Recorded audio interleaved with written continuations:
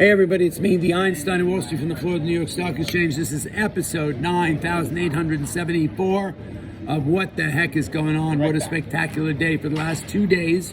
Right, Friday, let's go over it, man. Let's forensically break this down because it is so significant. Friday we hit record highs, okay? Record highs due to we've been a little bit flat for maybe a week and change, right? I told you that 8 out of 8 times in the presidential cycle, right, we used to have a market rallied into the election, and then we had a little bit of a follow-through on the election, then we had the market pull back until November 21st, 22nd, when we started revving up towards the November Black Monday, Black Thursday, Black Friday, big Thanksgiving sales. And so we followed that thing for the 9th time.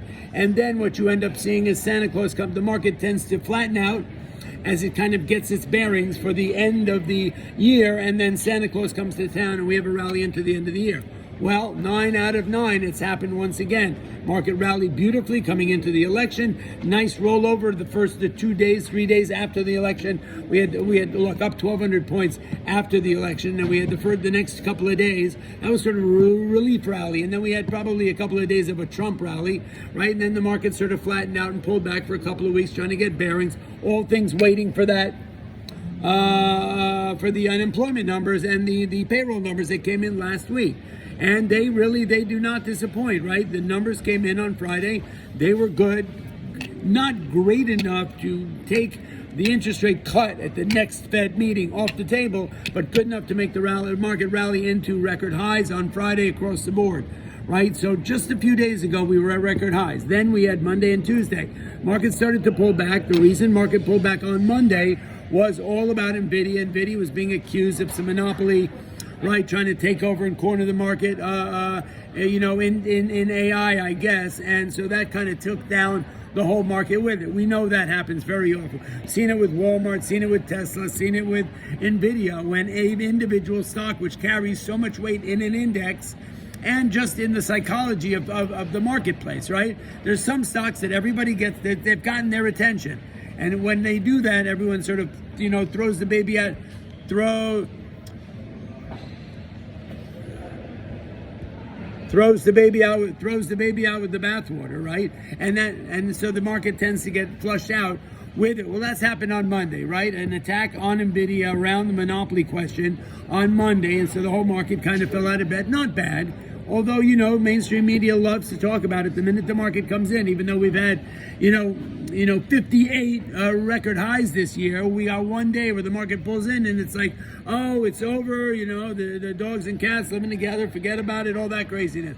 Well, when those days happen, I always say to people, look, if nothing's fundamentally changed, let's take that stock out of the equation and not really overreact. And those are the days where the opportunities lie. If the market sells off around one stock, but we've got everything else getting dumped with it, and you didn't want to pay top dollar for the names you've been looking at, stocks where you like the people, the process, the product, and the profitability, right, the 4 Ps, then go after those names on those days, right? Because nothing is fundamentally changed.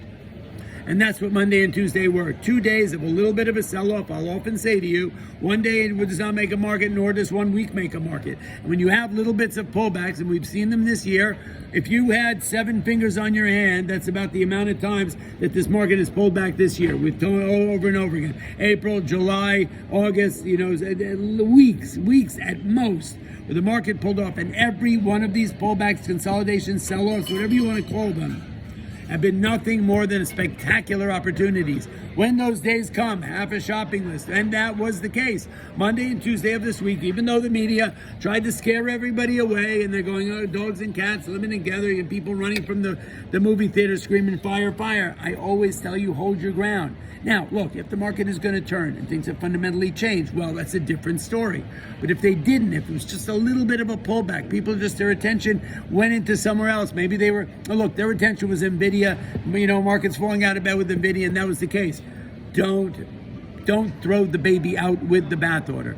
Find an opportunity and scoop stocks at a discount of $5 or $10 that you didn't want to pay top dollar for when the market has these little bit of pullbacks. Monday, Tuesday, I said it to you. If you go back to the videotape, right? Like Warner Wolf back in the day. I said, don't get excited about these days. We're off 150 on the Dow, 25 on the S&P. It's nothing Nothing to be worried about. I believe that we're going to have some numbers coming in on Wednesday, Thursday, and Friday, and I believe they're going to be good. So hold your ground. And if you listen to me, and I'm not your financial advisor, right? Disclaimer, disclaimer, disclaimer. But it turned out to be right. CPI came in this morning, right? Looking for 3.3, came in at 3.3, did not disappoint. Expectations were delivered, and the market rallied. And then we've just had, it's probably a bit of a short cover.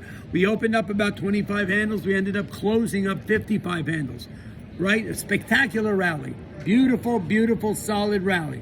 And what it does for us is, I believe this is probably, look, we do have numbers coming in tomorrow and Friday, but I believe this sets the stage where the runway is clear for Santa Claus to come to town. You can hear, I'm out here, Benny. You can hear the jingle of Santa Claus coming to town, right? That's it. That's all we needed. We needed a little bit of that reversal. We needed a catalyst to either go higher or go lower, and I believe maybe today was that day. So anyway, it's a beautiful day to be alive. It's a great day to be trading this market. Wall Street Global Trading Academy. If you want to learn how to trade, if you don't know a stock from a stock, if you're trading retail and you're struggling, if you've been around for a while and you just can't get your feet in this groove, come and join us at WSGTA.com. Me and my man, David Green, one of the top technicians in the space.